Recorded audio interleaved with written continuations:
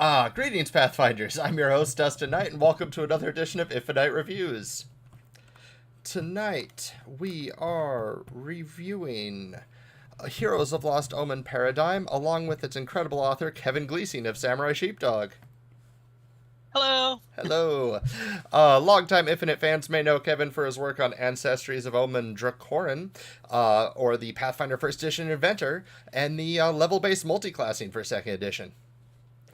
But first, I do need to clarify that all views on this show are my own and have not been reviewed or endorsed by Paizo. My ongoing goal is to showcase and review as many products on Pathfinder and Starfinder Infinite as possible. If you have any requests for products I haven't already given a thorough review, please feel free to contact me on social media or catch me on my Discord.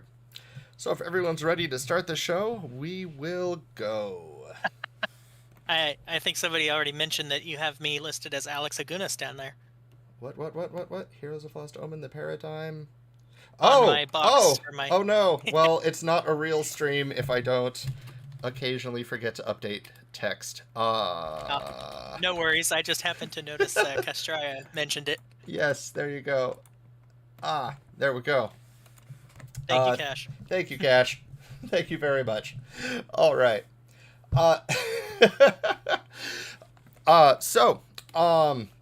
I saw this product enter the catalog and was instantly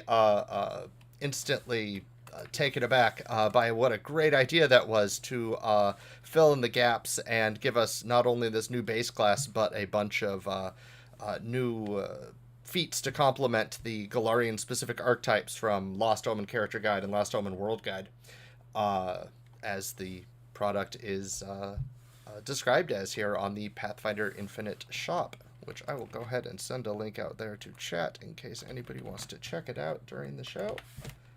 Right on. All right. So just to start with real quick, what was your inspiration to release this? Sure. So I've been looking for something else to do for Pathfinder Infinite for a couple months, and hadn't really hit on anything until I was working on a request for Patreon, where the idea was I wanted to build a base class that actually does, it plays very simply, right? There's no confusing choices or options and stuff. It literally is just a class that gets good at the proficiencies. So after kind of putting that together and mathing it out, making sure that everything was balanced and stuff, I realized that there was room to do more with it. And a lot of that actually turned into the idea of being able to incorporate the archetypes. So from there, I tied it into Pathfinder Infinite by looking over the Paizo archetypes that were available for Golarion-specific. Oh, okay, cool. So it was the class and then the archetypes. Gotcha. Yeah, kind of. Yeah, the actual integration of the archetypes came secondary to it. The class itself was kind of a test for me to see, with my design for Pathfinder Second Edition, if you could legitimately design a class that really doesn't. There aren't a lot of class features for it. It's just really the implementation and the growth of the proficiencies as you get the levels up. So. Awesome. Yeah, well, let's go ahead and look at that class right now. The Paradigm immediately says, not all those who adventure fit so broad a role that their training is categorized as core or base adventuring capabilities. They fill in gaps where more widely recognized options may only dabble. Any scallywag could be a fighter or a rogue with a cutlass and call themselves a pirate, but a pirate paradigm is a master of the sea without so-called formal education. So like you just said, this class is definitely, it's a very versatile chassis that lets you build your own character based on your favorite archetype. Yep. You get to choose your best saving throws. You get some versatility here with your key ability score, depending on if you're going martial or caster, as well as your hit points. And you have a competitive but not overwhelmingly, shall we say, OP series of good, strong advancements in both skills, defense, and weapon proficiencies. Yeah, one of the things that was the goal of this class was to make sure that the balance is there. That is one of my biggest requirements that I have of myself whenever I'm designing content for any edition is that the balance fits what is expected of the content that I'm working with. So when I'm working with Paizo content, I actually have a system that I've put together. I've been working on it and fine-tuning it for about 20 years, that I use to balance my content to make sure that it is at the same level as the content that exists for Paizo. So yeah, and so part of the things for that, just to get a little technical for a moment, would include making sure that I hit requirements like you don't want to give a class both legendary weapon proficiency and legendary armor. That's, that would be too much. Even Yeah. if you could technically do it, you don't, that's not fair to the fighter and the champion and things like that. But with the paradigm, as you'll see as we get a little bit further in here, you'll actually get to kind of pick. And then a little bit later down the road, you might get legendary weapon proficiency, but that's at the cost of other things. So, Gotcha. yeah. All right. And as we go down here, you'll see that the other first thing that struck me, because when I first read this, as I was reading through this class up here, I thought to myself, oh, okay, cool. So yeah, a kind of a build around me class. It would be great for archetype feats. I get that. I do tend to skim straight to feats when I'm looking at base classes, I will admit. So once I saw that there were only those 2 first level feats and a 20th level feat, it made me go, oh, okay. So I want to use this with archetypes. But then my brain instantly went, wait, what are we going to do about most archetypes starting at 2nd level? Right. Yeah. And then I saw right there, oh, archetype dedication. As a paradigm, you begin play with a 2nd level or lower archetype dedication feat of your choice. And it's like, oh, well, there it is. You solved it. You got it. It's right there. That's perfect. So if you ever wanted to start out as a red mantis or a lion blade or a firebrand braggart or what have you, you don't have to wait till 2nd level. Right. Yeah, that was one of the main things, was making sure, there's precedent for being able to pick a multi-class archetype in the races. The elves actually get that kind of an option, and there's a few others here and there.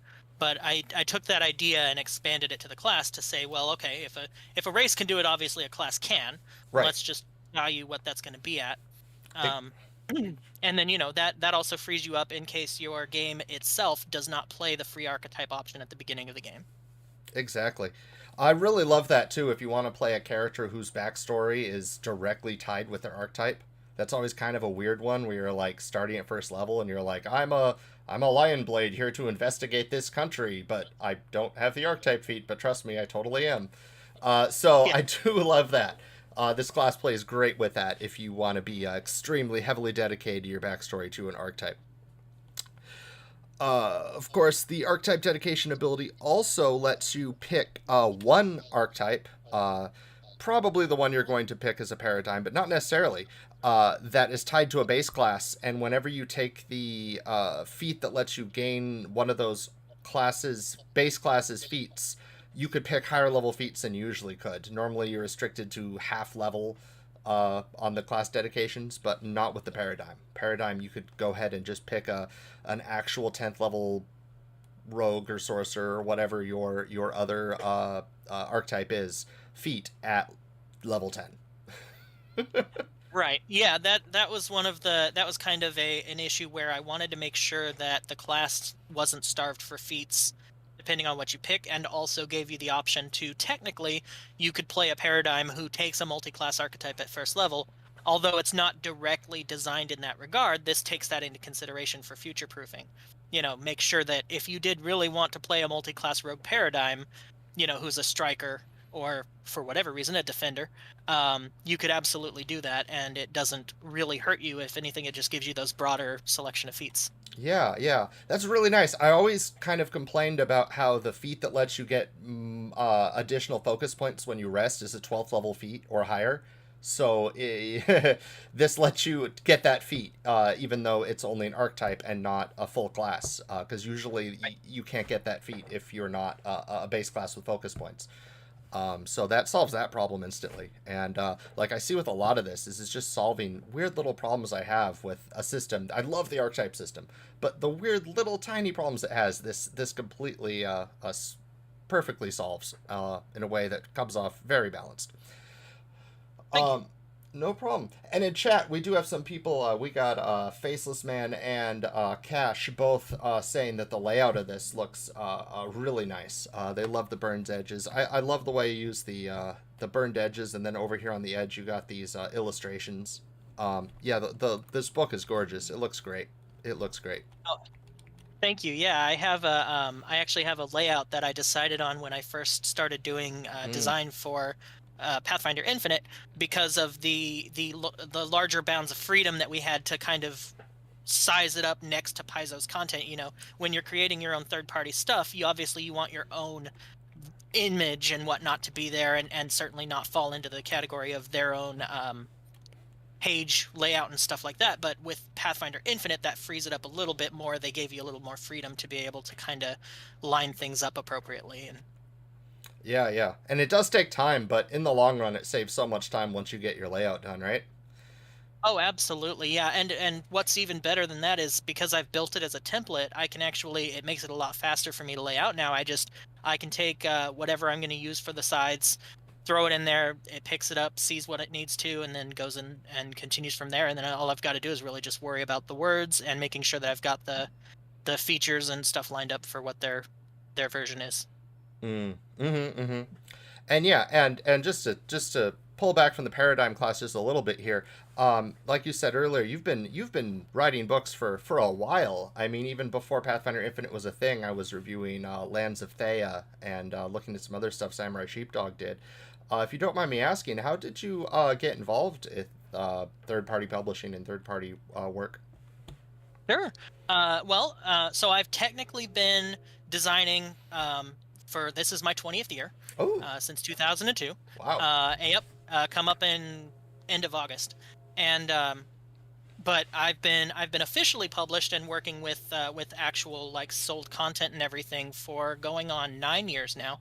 I started out doing articles on N-World Oh, for okay, Russ cool. Morrissey. Yeah. Yep, for 4th edition D&D, and went from there. We moved into starting doing some Pathfinder stuff, and that's when I got a chance to meet up with Hal Greenberg Mm-hmm. for Samurai Sheepdog, Hmm. and we hit it off and started working together, and that's where I've been since then.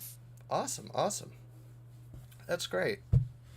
Very cool. And how long have you been playing tabletop role-playing games? Also 20 years. Oh, okay, as okay, it cool. as it so happens, I knew of D&D and other games like it back in when I started college in 2020 or 2002, Mm, and I just never played. I was always into, like, things like Magic the Gathering and right. card games, stuff like that.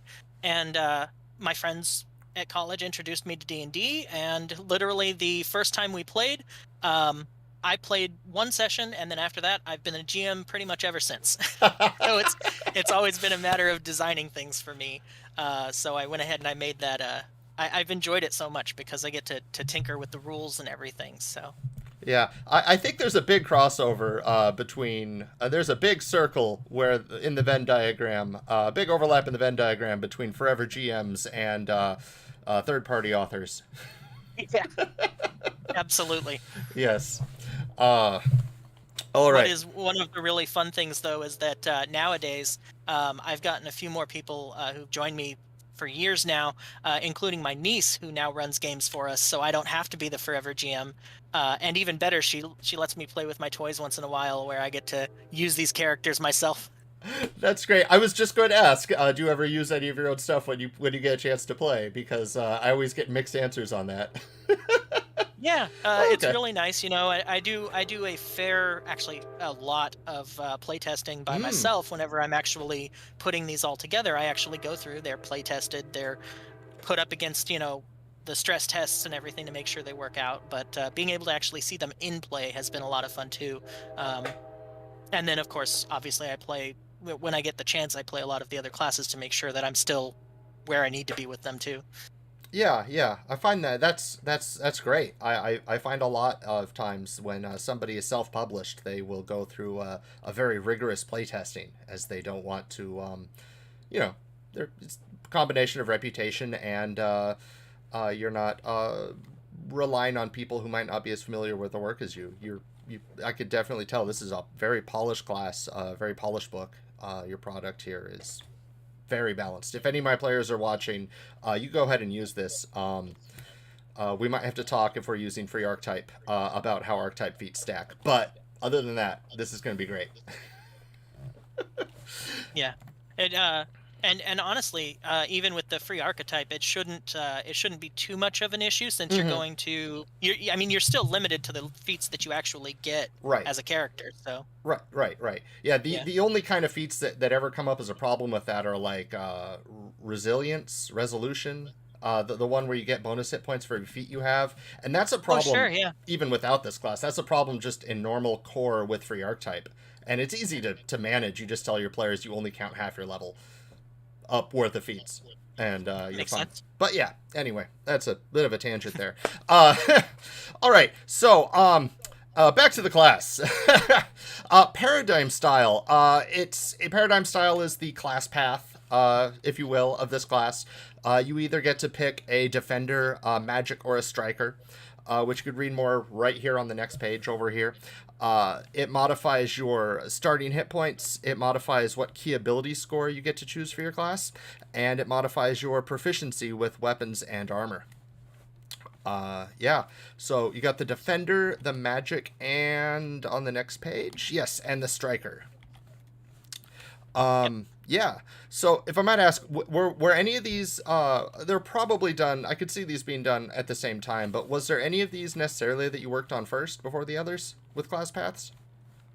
Yeah, so when I first started out, I knew that I wanted to be able to make the class capable of swapping between if you're going to play the class as a defender or you're going to play the class kind of as a striker. So it really started with the idea of being the D10 character who does one of those, either reaches legendary weapons eventually or legendary armor. And then I was like, well, if I could do it that, maybe I can also stretch it into spellcasting in some way and see where those points fall. And so applying my system to it, I basically went back in and verified that, if you make them a spellcaster who uses a spellbook to prepare, then you actually, it leaves you a little bit of room to be able to, and your hit points obviously have to be lower. But that leaves you the room available still to be able to pick the archetype and not have it feel overpowered. Right. Yeah, definitely. I was surprised to see the spellcaster, but yeah, reading through it, that trade-off of proficiency in spellcasting and using a book, it works really well. Very, very well. And go ahead. Sorry, no, I was going to say just to, since we are talking a little more technical here and there, I just wanted to mention that if we were to look at this, so the system that I really use for Pathfinder 2nd Edition kind of lines out everything that isn't what I consider standard progression, right? Like every class gets skill feats, every class gets skill ranks, things like that as they level up. So you take those out and you just leave what's left of the class, and that comes out for me to a total of, it's not going to mean anything to anyone else, but it's 175 points. And within that, being able to get your legendary spellcasting is so many points, and trade off for weapons, stuff like that. Oh, okay, cool. I like that a lot. Yeah, a lot of thought has gone into balancing. Wow, that's really impressive. Wow, that's really cool. Another thing popped out to me right now, actually, is I love the fact that you made a defender class here that gets legendary armor that isn't tied at the hip to a deity. So that's really nice too. That was absolutely something that I wanted to do. Yeah, I mean, I love paladins or champions, paladins. I love divine warriors, but if you ever wanted to play a defender that wasn't a divine warrior, you got one now, and quite good, quite fun. A lot you could do with it for sure. For sure. Then yes, you have your all your basic proficiencies here. They scale up really nicely. Like the first, when I tried looking through this, I looked at the chart on pf2.tools and checked out all the other class proficiencies and compared them. I was thinking like maybe this will be a little too strong, maybe a little too weak. No, you found a really good lineup here with these proficiencies to make sure these characters were viable without being overwhelming. I'm really impressed with that. Thank you. Yeah. Then we go down. You do have the 3 paradigm feats here. You have a first level feat that gives you armor proficiency and Die Hard. Yep. And a first level feat that gives you pseudo toughness. During your daily preparations, you gain temporary hit points equal to your level, minimum 4, that last until the next time you make your daily preparations. Oh, that's cool. Okay. And so a lot of that comes down to going back to that idea of the balancing system, having having a hit point every single level that you just get is worth a certain amount of points. But a feat only has so much budget that you get to use, and so this was the compromise to be able to let you have a feat, which is also why it has the special that you can select it a second time to actually make it permanent. Gotcha, Mhm. gotcha. Yeah.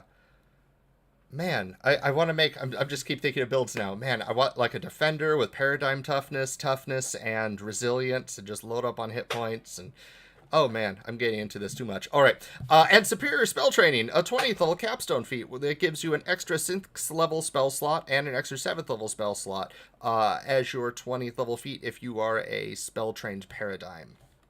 There's actually two more feats on the next page. Are there? Oh, I'm sorry. Yes, No, it's okay. Uncanny Paradigm spell. You have mastered the greatest secrets of your magic tradition. You gain an additional 10th level spell slot. Oh, Yep. okay, cool. Awesome. Yeah, I get that. I get that. That's great. Um, I'll jump into that for a second because talking about capstones, because one thing I did love is we'll just go into it now. You also did make some capstones here for these archetypes that I really enjoy. Because yeah, I mean you would need them as not every archetype normally has one, and these capstones here are great for the spellcasters, but the marshals might want their own 20th level feat, which I'm glad you put them here in the archetype feats. Right. Yeah. And I was actually I was kind of back and forth about that because there's potentially room for 20th level feats that you could do, but I figured that in and of itself might take away from the idea behind the archetypes. Mm-hmm. And so for a lot of them, in the case of the spellcasters, literally any spellcaster with 10th level spells is going to get that 20th level feat for 10th level spell. So since archetypes don't have that, that's really why that was included. Right. And I am noticing that archetypes, for people who are listening who maybe aren't as familiar with third-party archetype design trends, I'm seeing more and more of them get bulkier and bulkier and giving people more of these paths and more of these options, almost like these archetypes are themselves classes, like Alexander Agunis's Foxfire Adept or his Zoomer archetype both have, if you include additional feats, I want to say like between 30 and 35 feats each. Uh, Yeah. which I'm seeing that more and more with archetype design, that's making it so that I could see the inspiration for what if I don't want class feats? I just want to be an archetype. And Exactly. exactly. Yeah. And you got it here very well. That was one of the things that I thought was really neat whenever I was preparing for this was I was watching the Alex interview and I was thinking to myself, it'd be really fun to make a Foxfire Kitsune paradigm. Right. And I wouldn't Yeah, even know if 'cause you'd go spells or striker. You could do either one. you could, yeah, and it would be just that much different. Would be so much fun. Right? Man. All right, so archetype feats. Before we go into these, there's archetype feats here for the Sword Lords, the Firebrands, the Houses of Perfection, the Hell Knights, both the Signifer and the Armiger, and the actual Hell Knight. The Last Wall Sentry, the Knight Reclaimant, the Knight Vigilant, the Magyabin Attendant, the Magic Warrior, the Halcyon Speaker, the four Pathfinder archetypes, and the Red Mantis Assassin. Out of those, are there any that you've either played or want to play or thought about playing that you started with here? I haven't had the chance to play any of them in an official game just yet because Okay, the product itself is so new. right. I did play test them all. I really enjoyed the Red Mantis. Okay. That was a lot of fun, and even after your comment before, whenever you first asked about doing the interview, I went back and I actually added another feat because I thought, that would actually be a really cool idea to do that. So I went back in and I added another one and updated it a bit. Which feat was that? The one I added, I believe, was the not the superior red magic. No, actually, I think it was. I think it was the superior red magic. Oh, the one that gives you Oh, that could actually advance your spell DCs. Okay, good. yeah. Yes. Yes, yes. I'm playing a Red Mantis and Extinction Curse, and we've reached the level where I'm realizing that my spell DCs will never increase, and that was kind of a moment of negative play experience for me when I realized no matter what feats I choose, I can never advance my spell DCs as a Red Mantis assassin, and it was like, Right. I guess I'm stuck to buffs. Um, So what's fun about that? So what's fun about that is that with that feat, you as your character could take that once you reach 18th level. right. But then if somebody's playing a Paradigm who happens to be playing the Spellcaster, could actually get to Legendary and be able to do Legendary Red Mm. Mantis spells. Oh yeah, yeah. Oh, that's really cool. I love that. Hmm. Oh, cool. Yeah. I love the Mantis stance. Classic. It's great to be able to like actually wield your Sawtooth sabers like that before level like I think it's 12 or 14. I think it's 14 normally for the hypnotic ability from Lost Omens Legends. Uh, Yeah. so I'm glad you could be able to actually use that. For those listening, Mantis Stance is a archetype feat for the Red Mantis Assassin from this book, first level archetype feat that lets you hold off your Sawtooth sabers like you're a mantis, and it gives your sabers the disarm, grapple, monk, trip, and versatile piercing traits, which opens it up for a bunch of cool stuff you could do with other feats and other archetypes. Yeah. So that at first glance is going to seem a little powerful compared to other first level feats. My argument there was that the trade-off being, in order to get it, you not only have to be proficient with sawtooth blades, you Yeah. also have to be basically take this archetype at first level. So you're either using the first level, you're either using the free paragraph or the free archetype, or you're playing a paradigm. And there's just it's a lot of kind of unspoken requirements to be able to get it. So I felt that, getting a little bit more out of it to be able to use just that specific weapon made sense. Right, right. And you did add the special that fighters, monks, and rangers trained in Sawtooth sabers, which will normally take a number of, usually 1 feat for a human, but it could take a lot of different. There's a lot of paths to get trained with Sawtooth sabers, but it does take other character resources, like you just said. Yeah, I think other than the paradigm, I think the fighter gets it fastest. Mhm. Being a human fighter would get it pretty much.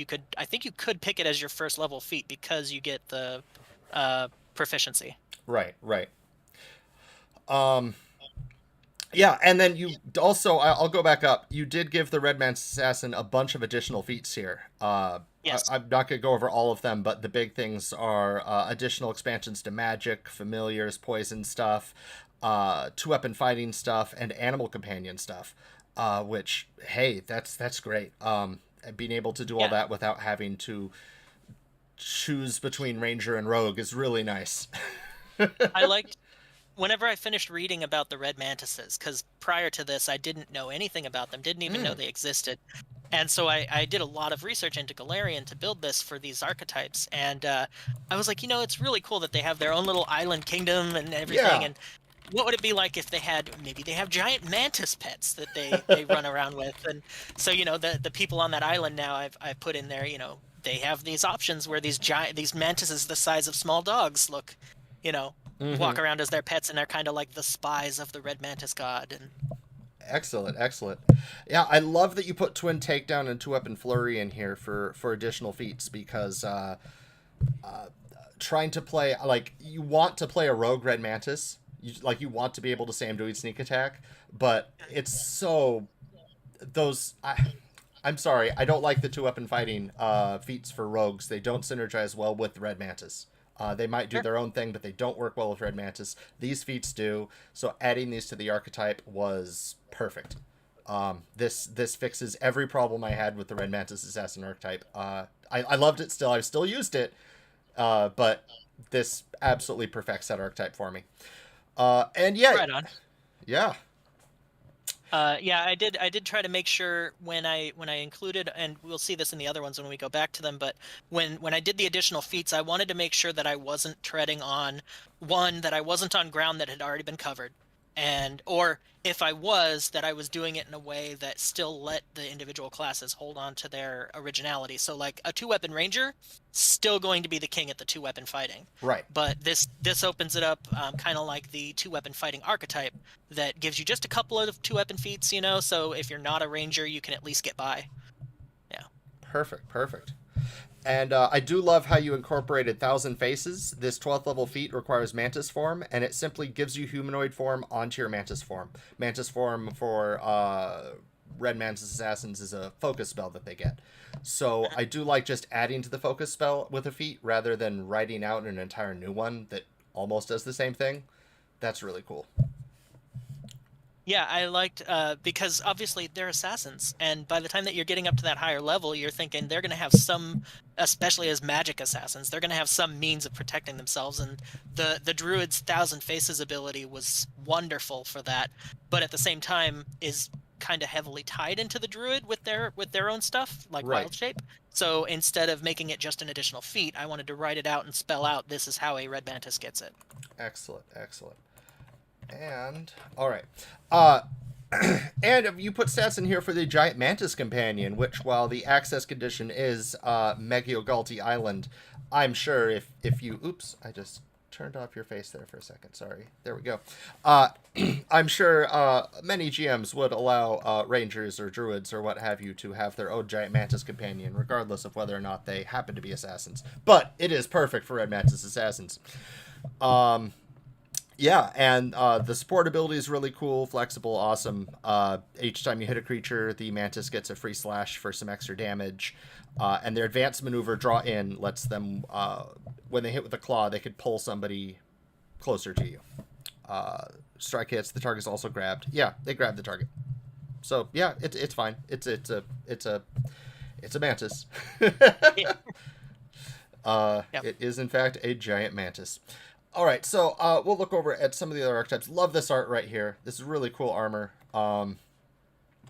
That's really neat. Where did you find this art from the Paizo blog or your own company's? No, so archives? that actually began life as stock art on Drive Through RPG. Okay. That is, I'm sorry, I don't have the author's name on hand immediately. Let me see if I can find it real quick. The creator of that art, and it's funny because I looked up, I literally in Drive Through RPG, I just searched Mantis stock art, and I was expecting to get like an actual praying mantis, and this came up, and I was like, "You've got to be kidding me! This is a red mantis assassin." Like, I don't know, they just call it mantis assassin, but like I was like, "Wow, that's."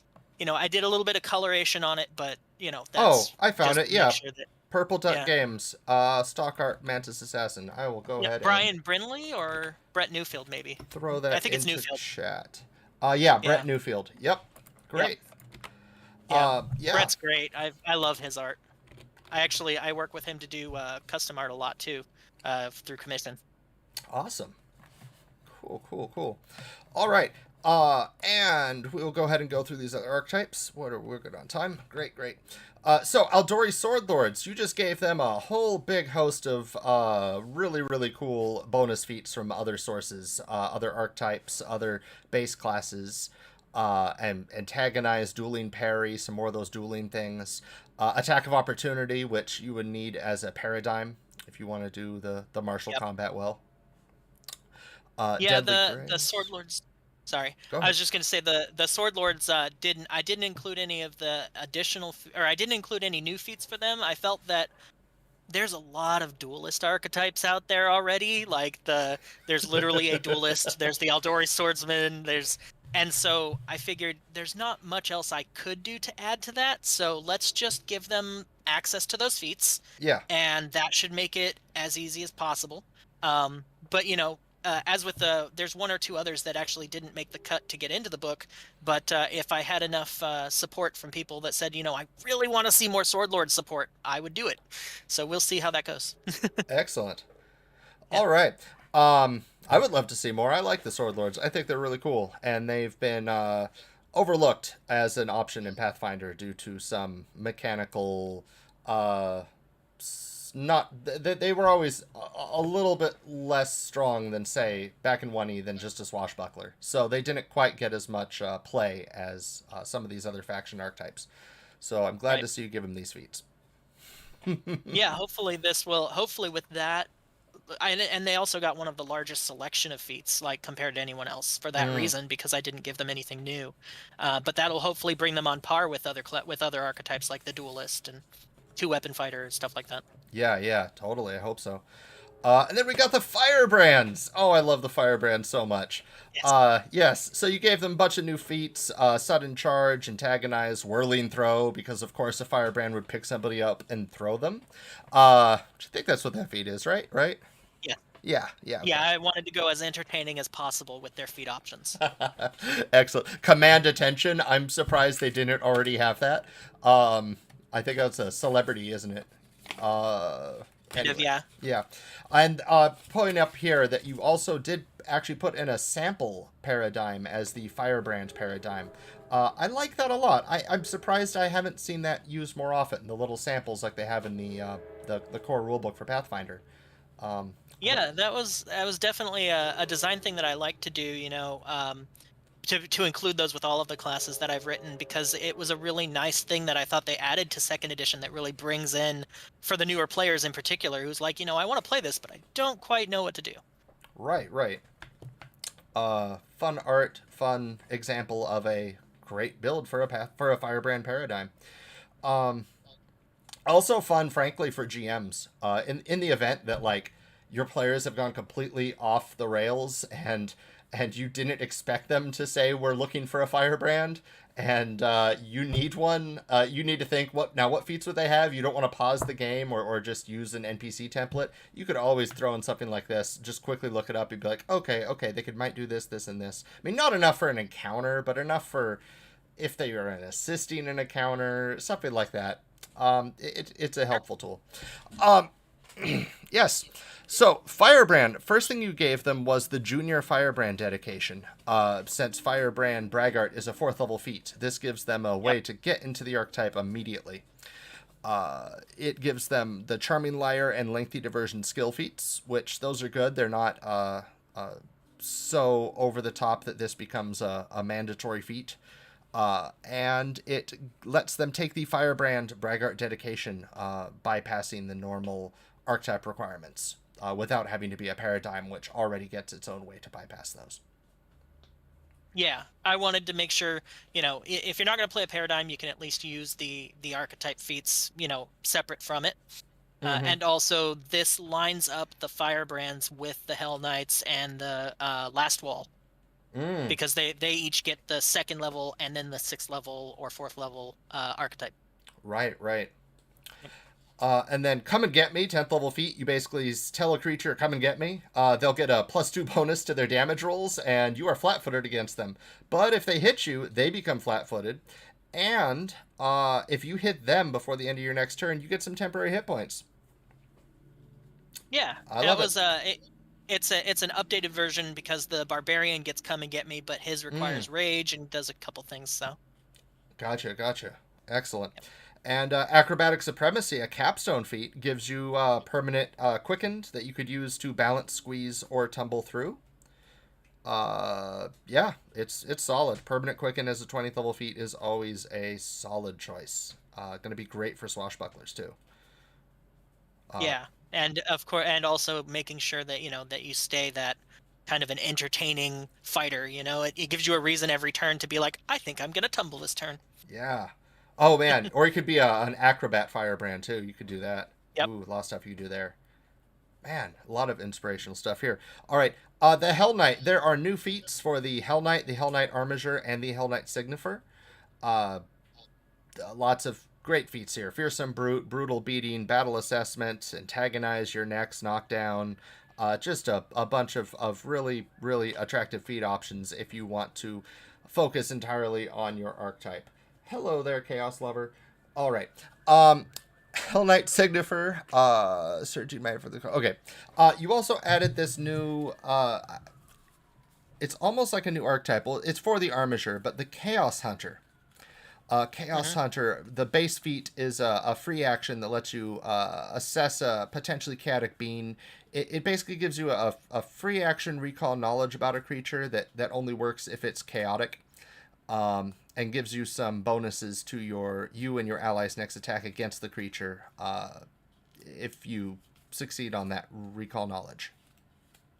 Yeah, so, I mean, the idea being that the Hell Knights aren't... I mean, they're evil, right? But they're not evil. They're not technically by the laws of the planes. They're not evil. Right. Um, so they're more about order and law and stuff like that. So I put a lot of their emphasis on being lawful and being anti-chaotic and stuff like that. So they do things like they hunt demons and kill them. They might also kill the people around them, but that's neither here nor there as long as you're not a champion. Right. Exactly. And yeah, you have feats here for then the other feats here require. Oh no, that's just the two. Some of the other feats here will require the initial Chaos Hunter feat and will give you additional bonuses to you and your allies against chaotic creatures, doing lawful damage with your weapons, getting bonuses to AC, or excuse me, or using occultism to recall knowledge instead of other skills, which Yeah. that interested me. Yeah, so the Chaos Hunter isn't actually its own dedication so much as it's a feat that's available to the Armiger, and because it's a first level feat, it lines up very well for the Paradigm. But for anybody else that's just taking the Armiger as their own second level feat or as the free Archetype feat, then the Chaos Hunter is available, as early as first or second level. Oh, okay, cool. Yes, and then 14th level Aura of Callousness will give you and your allies chaotic resistance. Extended Lawful Armament will make that Lawful Armament last longer. And then at 18th level, Lawful Improvisation will let you use a spell slot to hold. This is more for the Signifer. Let you use a spell slot to hold the potential of your order to cast any spell from the order's spell list that's at least 2 levels lower than the slot you designate. And it will act always as a spell 2 levels lower. Wow, my brain just kind of shut down there as I was reading that. I am so sorry. No, it's okay. So it's kind of a standard feat for some of the spellcasters that do prepared spells and stuff like that, where the idea right. being that you're leaving that open spell slot that lets you get a free spell down the road that you didn't prepare ahead of time. Gotcha. Okay. Yeah, once you said that, it all clicked. And Signifer Armor Mastery, if you're a Signifer, this will increase your ranks for light, medium, and unarmored defense to master. And while wearing light or medium armor, you could rest normally rather than the poor rest that happens if you're normally wearing armor. Great. And if you retrain into it, I like this. If you select the feat or retrain into it as your 20th level feat, it applies to all armor with which you have expert proficiency. I like that as a special, actively saying if you retrain into this at 20th level. Yeah, I need to clean up the wording on that a little bit. I've Right. actually fixed my way of wording that since then. The idea is that because you can't retrain into a higher level feat, so if instead basically the cleaned up wording is basically just clarifying how it works, where it says you can retrain into this as your 20th level feat, and then right, and so it's giving you permission to do it. And then because you're picking it over another 20th level feat, and then when you do, you retrain what you already have into another 18th level feat. Gotcha. That makes sense. I get you. Yeah. Cool. All right. Then we'll head from Cheliax over to Jalmal Ray with the Houses of Perfection. You've given them a couple bonus feats: Nimble Dodge, Blind Fight, Sense the Unseen for Unblinking Flame. Oh, you separated the additional feats by the 4 schools of the Houses of Yes. Perfection. That's really cool. Okay, cool. So the Unfolding Yes. Wind, the Unbreaking Wave, the Unblinking Flame, and the Untwisting Iron. I hope I said that all right. Each have their own set of bonus feats. 3 different bonus feats each. Yeah. So those 4 houses weren't broken into their own archetypes. So rather than try to do that, I went ahead and left them as their own options within the archetype. Gotcha. Yeah, that's really clever. Great. And you gave them 2 new feats. Glean Lore, a first level feat for Student of Perfection, member of the Unblinking Flame. Lets them tap into their collective understanding of the occult and attempt an occultism check to understand information as the GM sets. So it lets you comprehend lore accurately from a pseudo-divine source? Oh no, you divine the lore. Okay. Right. Yeah. It's from an occult source, because with the unblinking eye being kind of the occulty form of the houses and everything. Oh, sweet. Okay, cool. It's good to see. Usually, people who take that are so highly dedicated to punching things in the face or breathing fire through their fists at people. It's nice to see some more skill-based feat options for monk characters. I'll just say monk. Yep. Yeah, monk characters. Well, and I did like the way that the Houses of Perfection lend themselves to being monk-ish without having to play a monk. Exactly, exactly. And then it would be a fun campaign, actually, especially with the 4 different elements. If you have 4 players, just be like, each of you have to pick a House of Perfection as a bonus archetype. And now there's enough additional feats in this book that you could totally do that. Yes. But then the Nation of the Unblinking Eye attacked. Oh, right, and everything changed. Half your players would probably pick Kineticist anyway. But anyway, so read Disaster, 8th level feat, going off Glean lore there. You get to spend 10 minutes, open yourself up to the occult mysteries of the world, and you gain the effects of augury. Awesome. Will and woe, nothing. Great, great. Have I seen the prediction trait before? Yeah. So this feat, as with most of the feats that are actually in here, they are re-upped versions of feats that exist that are written in such a way that they complement the archetype that they're in. Right. Oh, so like, okay. yeah. So the prediction trait, I can't tell you off the top of my head, but I know it's in the core rulebook, and it's one of the options that's available for one of the other classes that lets you use. It might even be Bard. But in any case. Prediction trait. Plot the future, read fate, commune with nature. Oh, it's mostly, okay, so a lot of rituals, augury, spells like that. Okay, yeah, it just means it determines what will happen in the near future. Excellent. Yeah. Okay. All right. And then we got Knights of Lastwall, just in time for the new book on Knights of Lastwall, coming out by Paizo in a couple weeks. We'll see. Yep. Yeah, you have new feats here for Knight Reclaimant, Knight Vigilant, and the Lastwall Sentry. And in addition, you have put in here that the Everstand Stance, Everstand Strike, Light of Revelation, Sunblade, and Impassable Wall Stance are available to paradigms who meet their prerequisites. Excellent. And then Knight Reclaimant could pick up animal companions. They could pick up some roguey-like abilities like Tools of the Trade. Knight Vigilant gets Exacting Strike, Antagonized, Attack of Opportunity, some of those core fighter and fightery abilities. And the Sentry gets some more shield feats that it didn't have access to before without having to be a paladin. Excellent, excellent. I do like that you have feats in here that let you gain champion tenets without necessarily having to worship a deity. I think that fits really well with the Lastwall lore. I thought so. Yeah, it really fit well with the idea that, you're dedicating yourself to the idea of Lastwall. You're not necessarily worshiping somebody like Pharasma or another deity like that, but... Right, right.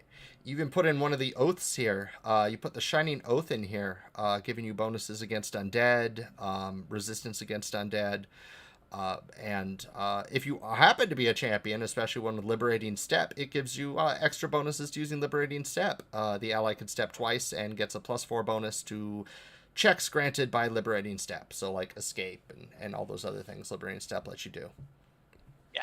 Yeah, I like that a lot. I don't think Liberating Step gets enough love. I think it's fine, but I think a lot of other people think it's the least attractive-ish paladin reaction. So it's nice to see it get some love in a feat.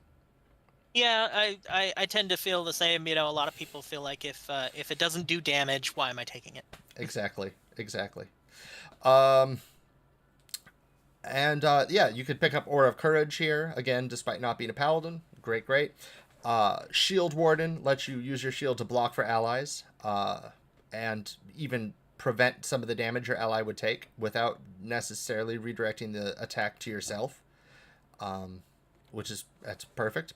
And at 18th level, you put in a feat that lets you regain focus points, which is fantastic. Specifically, it lets you recover 3 focus points instead of 1 when you refocus, because normally archetype characters, except for the Paradigm, can't get the class feats that let you regain more than 1 focus point when you rest, which is painful. I've played a Knight Vigilant myself in PFS, and it's always been kind of a pain that Yeah, sure. I can use Crimson Strike and Sunblade multiple times per combat, but only I can only do that multiple times per combat once per day, because then I'm restricted to Right. only one focus point.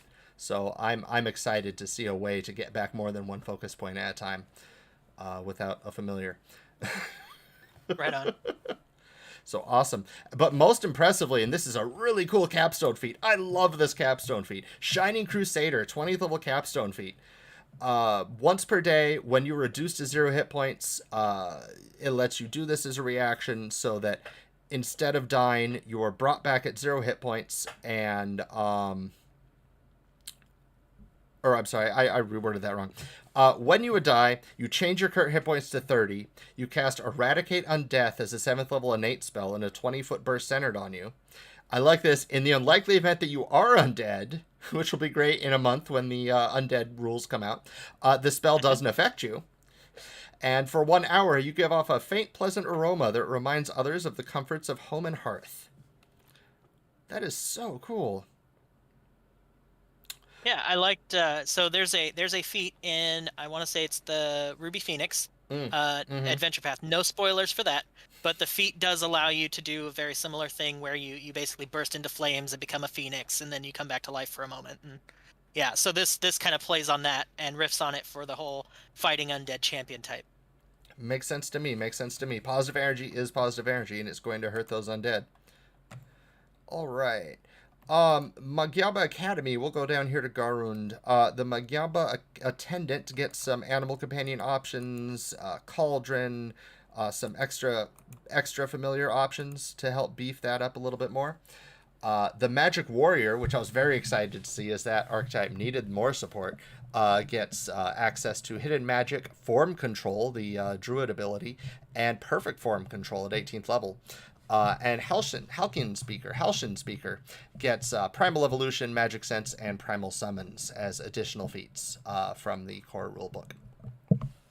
Great. Yeah, I really love the idea. Like, I think this is probably my favorite one, just barely edged out by the Red Mantis, because I really love the idea of the combination of the Halcyon being primal and arcane. Yeah, and the Halcyon here, you gave them Halcyon Companion at level 4. You need to have an Animal Companion, which you can now get as a additional feat here. And then when you make your daily preparations, you also grant your companion 2 master abilities from the list of abilities available to familiars. Oh, that's really cool. You can select wizard feats for which you meet the prerequisites that directly grant or interact with the familiar's abilities and apply them to your companion. Your companion can never gain familiar abilities in this way. Oh, that balances it really well. I was getting a little scared as my mind instantly went independent on an animal companion. No. This is master abilities. Yeah, no. Definitely not. Okay, good. You're not going to let my bear just tear people apart without me spending any actions. That's excellent. I'm still working on that class. All right. And then Halcyon Theory. The other Halcyon Magyaba Attendant Dedication feat gives you access to the fundamental abilities of any school of arcane magic. During your daily prep, you choose one of the 8 schools gained by a first level specialist wizard. You could use the school spell as a Halcyon spell until your next preparations. And when you refocus, you could choose a different school among the 8 schools, replacing the previous one. And of course, it gives you a focus point. Awesome. That's really cool. I never thought of tapping into other classes' focus spells quite like that. Yeah, I like the idea of being you could be a druid and you really blend that arcane halcyon, power in. Totally. That's really cool. All right. And the Halcyon Speaker gets the Halcyon Evolution feat at 14th level. You could call upon Old Mage Datembe's study of ancient arcane and primal creatures for aid. You gain an additional Halcyon spell slot of your highest level, which you can only use to cast summon spells. You could cast any of these spells using the spell slot, even if they aren't in your spellbook or spell repertoire. This is something that a summoner needs, because summoners need all the support they could get. Not the class summoners. People who cast summon spells need stuff like this, and this does a good job at that. It makes It does specify. I listed specifically all of the ones that are only primal, only arcane, or a combination of the two, so they Okay. don't get anything that would be divine or occult. Fair, fair, fair, fair. And then I want to go on to this real quick. You gave a new feat for the wow, my head just turned off. The Magic Warrior. The Magic Warrior dedication. That I absolutely love. It lets you add an extra weapon die when you use Magic Warrior transformation. And your form's unarmed attacks also gain the arcane trait, making them magical. And at 10th level, you also gain the critical specialization effect of your form's unarmed attack. So this is something that the Magic Warrior did desperately need. It was always a point of contention that we've had to try to adjust through awkward magic item rules that may or may not fly at every table. So making a feat for that is very useful, very good. Thank you very much for that. I thought there was another... All right, cool. And then Pathfinder Society. So the Agent, Scrollmaster, Spellmaster, and Swordmaster each have their own custom list of additional bonus feats in this book if you want to go all in as a Pathfinder agent. In addition, there are 2 new Pathfinder feats. There is Glean Lore, single action. It lets you glean some lore using a Pathfinder lore check, which makes perfect sense to me. Is it the first time that I've heard a player go, the Pathfinder should know about this, right? Why am I having to use religion for something that, like, the Pathfinders are intimately aware of? So that makes perfect sense. Yes. Yeah, and I really wanted to make sure that I played up using the Pathfinder. It's the device that they have. The Wayfinder. Wayfinder. Yeah. Yes. Why didn't I know that? All right. Yeah. It happens. Yeah, and you kind of gave it ability kind of like misleading knowledge. How am I forgetting the name of that core feat? I think that's kind of what it was based on. Yeah. Yeah. So even if you get a success, you will learn 2 real pieces of information and one erroneous piece of information, which really fits well with the Pathfinder. How the Pathfinder Chronicles are sometimes a little embellished. So I do like that a lot, because it is still an adventuring guild. There are still opportunities for people to embellish the truth in ways that might come back to bite you if you aren't careful. Absolutely. And at 10th level, you have Scroll Savant for the Scrollmaster or Spellmaster dedication. It's a lot like the Talisman Dabbler. It gives you scrolls at the beginning of the day, temporary scrolls of your choice. It reminds me a lot of Pathfinder Society, how in 2nd edition Pathfinder Society, you get 2 free items at the beginning of every adventure, many of which are scrolls. So was that a callback to that by chance, or? Ish. Okay. It actually was. It's a rewrite of a 10th level feat. I believe it's 10th level that wizards can get. Okay. That allows them. It's actually, I believe it's also called Scroll Savant for them. And because they get it in a specific way, I wanted to make sure that I worded it so that it made sense for the Scroll Savant and the Scroll Masters and the Spell Masters. Excellent. All right. So with that, we have here our OGL and a nice back page that helps explain what the book's all about. So awesome. For those who just tuned in now, we just went over Heroes of Omens, the Paradigm, new base class, and a bunch of new options for characters using archetypes from Lost Omen World Guide and Lost Omen Character Guide, which you can find on Pathfinder Infinite with a link up there in chat yet again. I have with me here Kevin Glusing. Thank you very much for showing up on my show for this interview. Do you happen to have anything else you're working on that you want to shout out to or spoil for us here? Sure.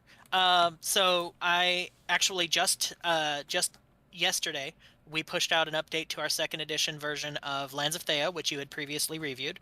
So that's got we finished now 3 new classes of the total 13. Wow. We included, so the new update includes the Barrier Sentinel, the Censor, and the Cultist, and how they fit into Thea and why they exist as their own classes versus being an archetype or something. Awesome. Yeah, so that's been fun. We pushed that out. I'm also still working on finishing the remaining classes for that, so that we can put it out to print. As for Pathfinder Infinite, I'm always keeping an eye out for an idea that strikes me that fits well within Golarion. Mm-hmm. If I have things that I work on that really don't that either don't fit in Golarion or fit more on a general sense, and so I tend to put those on drive through or other sources, stuff like that. Gotcha. Yeah, and then of course there's my Patreon. It's Names Games, and that's actually, this is the 3rd year now that we're finishing up as of this month. We run a cycle from April through March, and this will be our 3rd year of releases that we've put out on there in full. So we've got 200 plus page books that have come out already from that, and the 3rd one will be on the way this next month. Awesome. Well, I put links to your Patreon and Lands of Thea on drive-through, both in chat. Thank you very much. If you are looking for inspiration, both anyone listening and Kevin Glusing, I'm going to use this opportunity to plug that this show now has an official Discord channel. You could join it at infiknight.net. It is a sort of hub for Pathfinder Infinite creators, publishers, artists, authors, and editors. People have started using it already to work on different projects that they want to put up on Pathfinder Infinite. And you could head out there. There are tools. There are posts of people just talking about books they would like to see, or forum posts where we've seen fans posting big lists of stuff that they want to see books on in Golarion. Resources like PDF creation resources and more technical resources, game design resources, and just a bunch of cool Pathfinder Infinite creators. So whether you're a creator or just a fan, go check out infiknight.net, INFIKNIGHT.net, and you will join the what I call it, Infinite Possibilities Discord. Oops. That's awesome. Yeah, thank you. I'll definitely be sure to do that. Yeah. And speaking of ideas and things of that nature, if anybody ever has a specific request for something, or they have an idea for something that they don't quite know how to put for themselves, that's what my Patreon's for. I actually do specific requests. We've got backers that put in requests every single month, and we get them out there for them. Oh, that's awesome. That's such a good idea. Yep. Yeah, great. Pathfinder 1st edition, 2nd edition, and D&D 5. Awesome. And to get into a little bit more generic news, there is a Paizo blog post that just went up today that is talking about some of the top performers from February for Pathfinder Infinite. It's the first major Paizo blog post since Infinite went up to show all these awesome products coming out for this for the Pathfinder Infinite platform. So you should go ahead and check that out, as I put the link in the chat. It's great. I'm loving to see more support for the Infinite program. In addition, we have another bit of news, is that PaizoCon is going to have nothing is finalized about how PaizoCon is going to work with Infinite, but there is talks of having perhaps a day where Infinite creators will be more encouraged to run their material. There's some opportunities potentially for getting a badge to help run material if you're a Pathfinder Infinite creator, as if you were a GM for PFS. It is much easier if you want to run the one-shots and let people use your material, like if you were to create a bunch of Paradigm pre-gens or what have you and throw them at people. You could do that at PaizoCon, whether it's online or in person. And I'm working with people on the Infinite Discord, so if you're interested in doing something like that and you're an Infinite creator or just a fan who wants to play these things with their creators, go ahead and check that out. We're still kinking out the details, but it would be really cool to see Infinite have a presence at PaizoCon. Kind of a demo presence there at PaizoCon. So, yeah. Awesome. Yep. And as usual, if you want to learn more about Pathfinder Infinite and want to see new releases coming out every week, email Owen Casey Stevens at infinite.releases@gmail.com and say that you want to subscribe, as he has a weekly newsletter that rounds up all the new releases that came out each week. And of course, you could go to pathfinderinfinite.com and just check out all the new products. Oh. So once again, thank you very much, Kevin, for coming on the show. I love your work. Yeah. I want to see more of it. I want to see more of it on Infinite. I want to see more of it just on Drive-Thru-RPG. I need to sign up for your Patreon after the show. And I hope we'll get a chance to speak to you again. Well, thank you so much for having me. Absolutely, I'll look forward to it. Awesome. All right, so oh, thank you there, Official Paizo. Thank you very much. All right, Thank you. so yes, and thank you, Official Paizo, for hosting this stream. So with that being said, thank you everyone for showing up. This was real fun. As usual, I will be doing Booster Bestiary on my stream on Tuesday, and you could catch Infinite reviews once again on Friday at this same time and place. Thank you, everybody. Have yourself a great weekend, and don't forget to use your hero points